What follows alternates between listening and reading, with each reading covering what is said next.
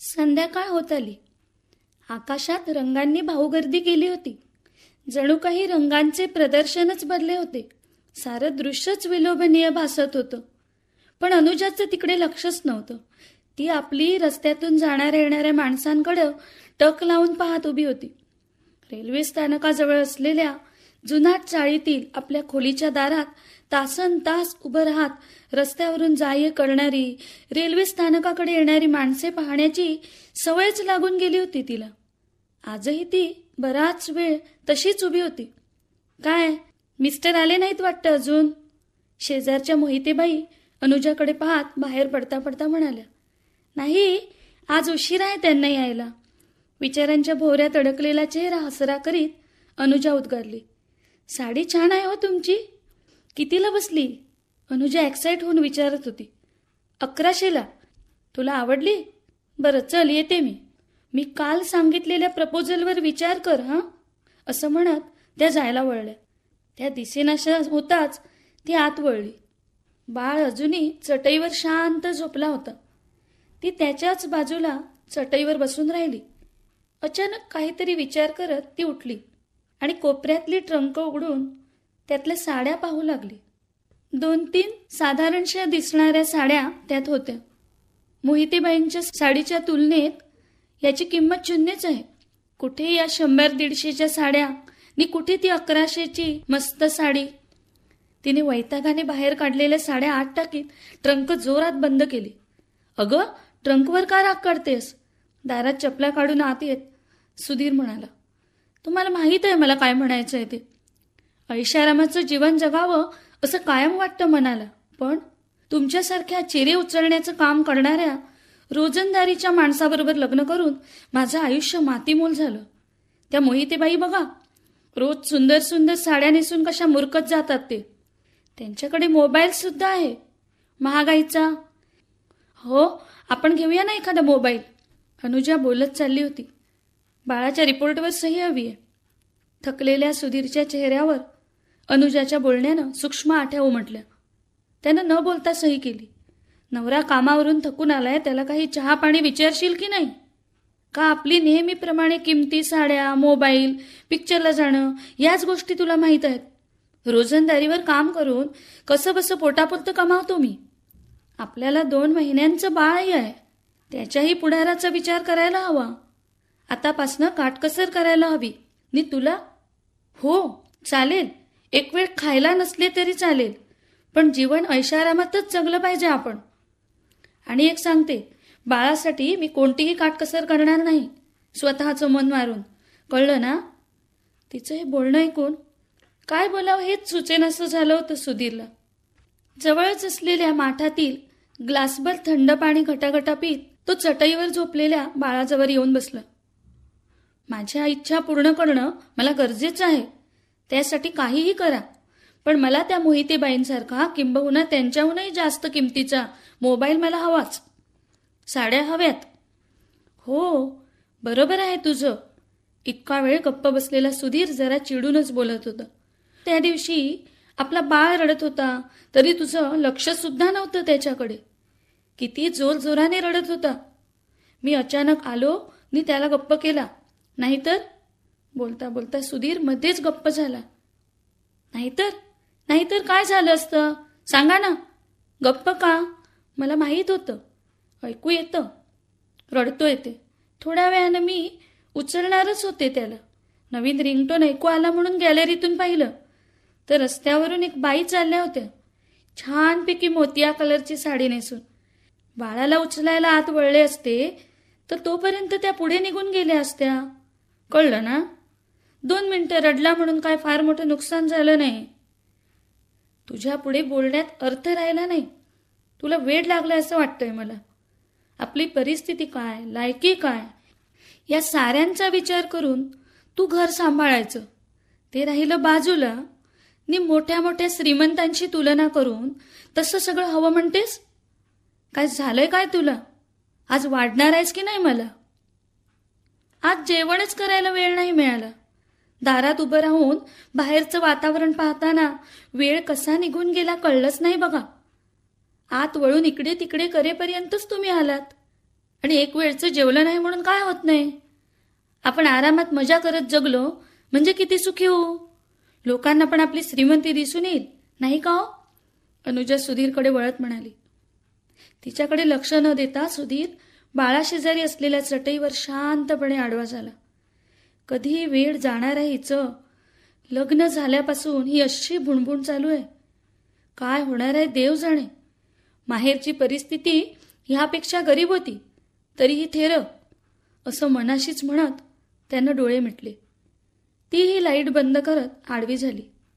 मोहितेबाईंनी काल सांगितलेल्या प्रपोजलचा विचार करता करता तिला कधी डोळा लागला कळलंच नाही.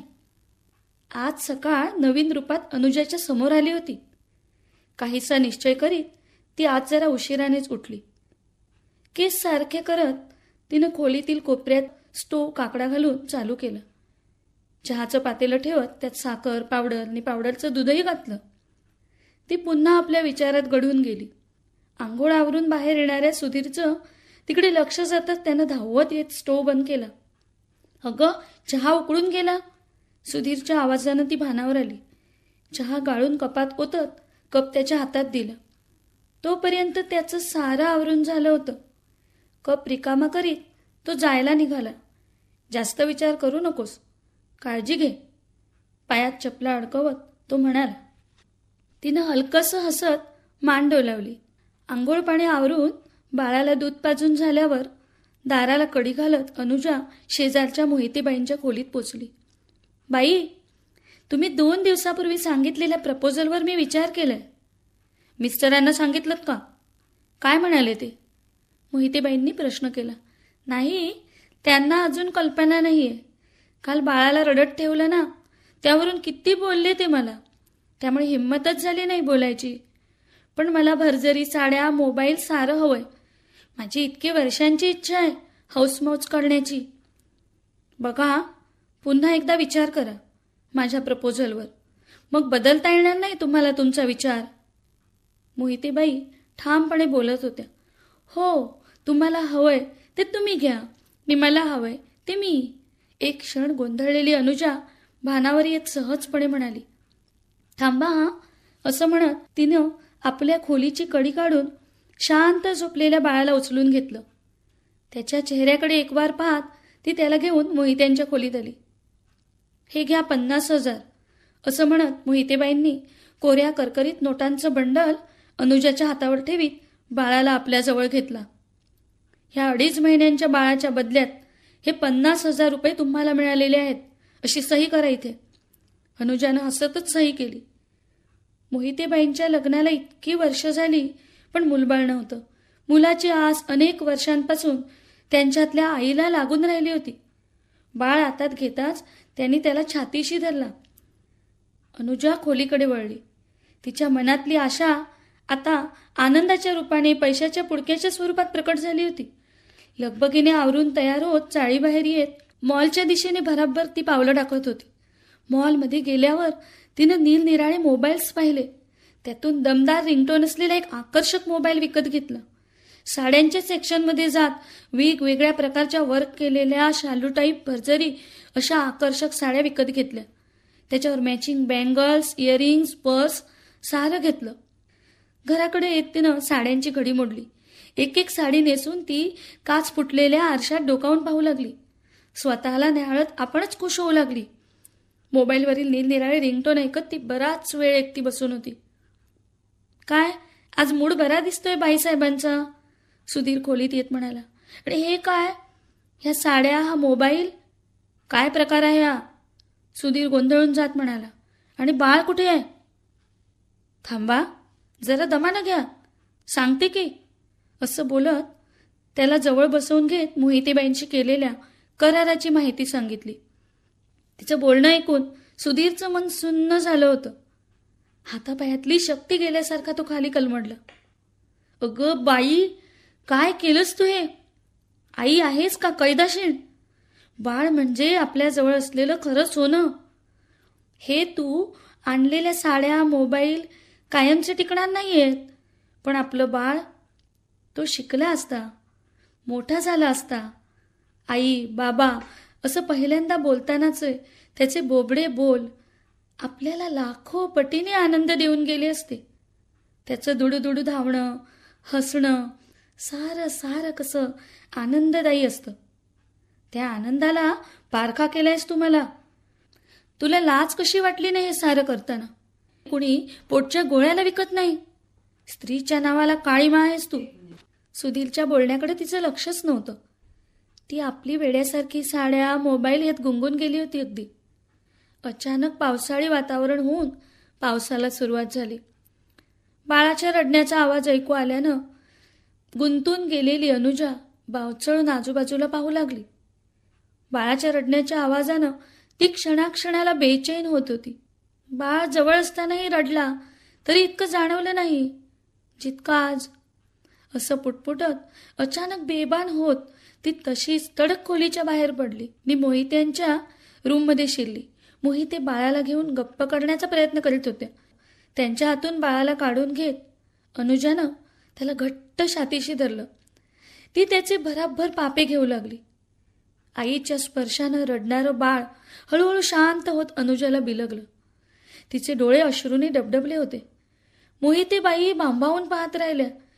तिला अचानक खोलीबाहेर पडताना पाहून सुधीरही तिच्या पाठोपाठ मोहित्यांच्या दारात येऊन उभारला होता. झाल्या प्रसंगाने तोही अवाक झाला होता. सुधीरकडे लक्ष जाताच अनुजा स्वतःला सावरत उभी राहिली. असे काय बघताय? माझं चुकलंच, अनुजा सुधीरला सांगत होती. बाई, मी माझं बाळ नाही देऊ शकत तुम्हाला. ते फक्त माझंच आहे आणि माझंच राहील. मी भान हरपून नको ते करून बसणार होते, पण बाळाच्या जवळ रडण्यानेही जी जाणीव मला पूर्वी नव्हती ती ते दूर जाताच क्षणात जाणवलं. मन बेचैन झालं. तिने मोहितेबाईंकडे पाहिलं.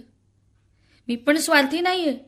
आईपासून बाळाला तोडण्या इतकी माय लेकराचं प्रेम पाहून मोहितेबाई गहिवरल्यागत झाल्या. तुमचं प्रपोजल मी स्वीकारू शकत नाही. तुम्हाला शब्द देऊनही. क्षमा करा मला. हा घ्या तो कॉन्ट्रॅक्ट पेपर आणि हे घ्या तुमचे 40,000 रुपये. 10,000 रुपयातून मी साड्या, मोबाईल खरेदी केले. तेही फेडू, काळजी करू नका. आई पण गमावून मी तुमचं हे प्रपोजल नाही स्वीकारू शकत, असं म्हणत ती जायला वळली. सुधीरही तिच्या पाठोपाठ आनंदानं निघालं.